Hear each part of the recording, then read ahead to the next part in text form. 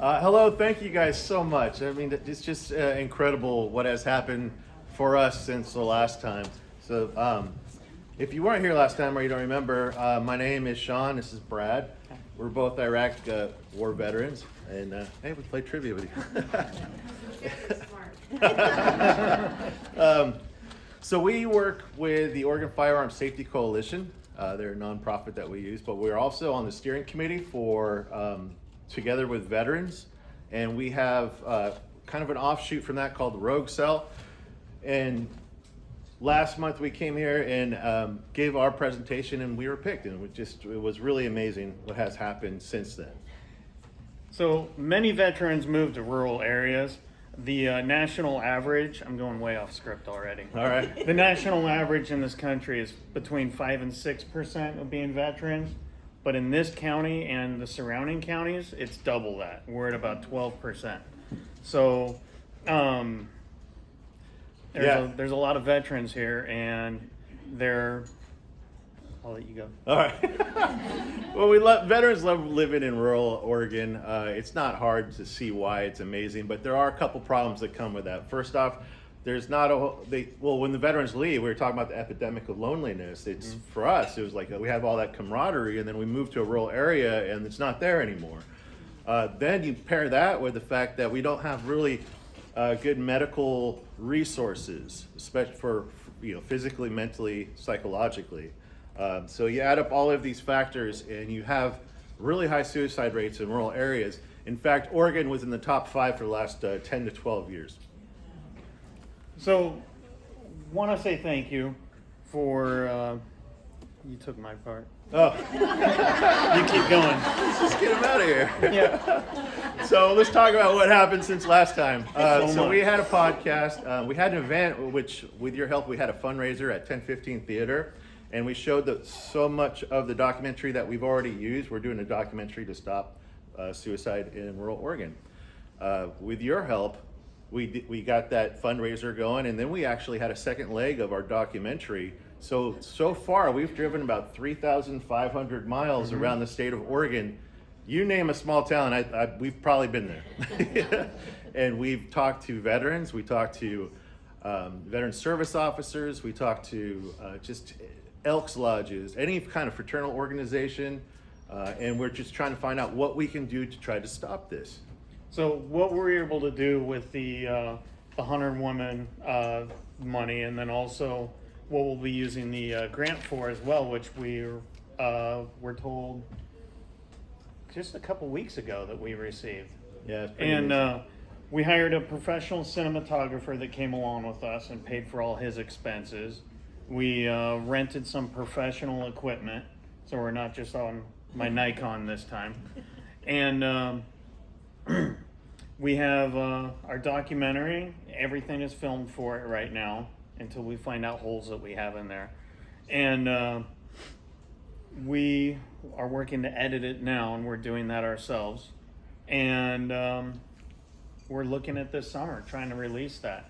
And because of the extra money with the grant, and then what's left over from your generous donation, we are in talks with the Liberty as far as what day we're going to try to do this. Yeah. Looking at the McTavish. We're going upstairs. I can't fill 600 seats. Can't fill 600 seats. But because of all the stuff that's been going around, our podcast has turned into a radio show. It's on KMUN. If you guys want to listen to it, it's tomorrow at 9 o'clock, every fourth Thursday of the month. We have people that have heard about what we're doing. Yesterday, the person that you're going to listen to tomorrow, if you listen to our show, is a Special Forces Air Force. And he moved here with his family recently. He was really having a hard time. He had to get transferred out of the military for difficulties.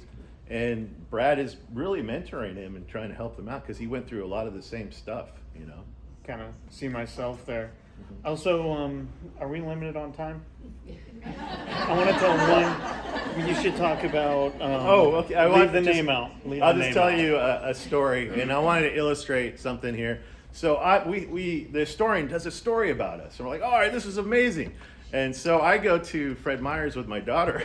We buy a stack of papers because we're in the newspaper, and we're checking out, and the cashier is a woman, and she says, what are you doing? Well, I tell her, I'm excited. I'm in the paper. We're doing this event. She's like, what's it for? And I told her, like, well, we're trying to stop veteran suicide in rural areas. And she just says, my husband was one of the 22. It's like, wow. I'm just saying this, like, so I get choked up sometimes. I'm a big softie, but but just showing that it could happen. You don't know. It affects so many people. We ended up interviewing her for our documentary as well. We interviewed her, and you want to talk about just a couple other people, and then we'll. Yeah, we had Marie Hammer that we interviewed down in Klamath Falls. Mike Francis wrote an article about her. I think it was like a decade ago, wasn't it? Yeah. So she lost a son to suicide not long after a deployment, and she interviewed with us. And then her and her son used to go bowling together, so we bowled with her after that. That's fun. Yeah, she was a much better bowler than we were. But that's somebody that we still talk with now, even after that interview. It was incredible. Yeah. And then I'd be remiss if I didn't talk about how, well, I wouldn't be doing this if I didn't have my own struggles. And doing this trip, which you helped sponsor, was very beneficial to me. And we found out, we just heard about the epidemic of loneliness, and that's something that we really heard about from everybody that we talked with. And we discovered that loneliness and isolation is one of the most dangerous places for a veteran to be. Yeah. And we set out trying to help some nameless, faceless veteran, and I wish I could tell you, like, hey, your money helped us stop, 17 suicides. It doesn't really work that way, but I can tell you that we've talked to a lot of people we've remained friends with and in contact, and I think that's really what it's about. Mm-hmm. And it's also helped us out. Like Brad said, when I got back from the war, I was a wreck. I drank way too much, really self-destructive behaviors, and doing this helps me out. So I know at least two veterans that you guys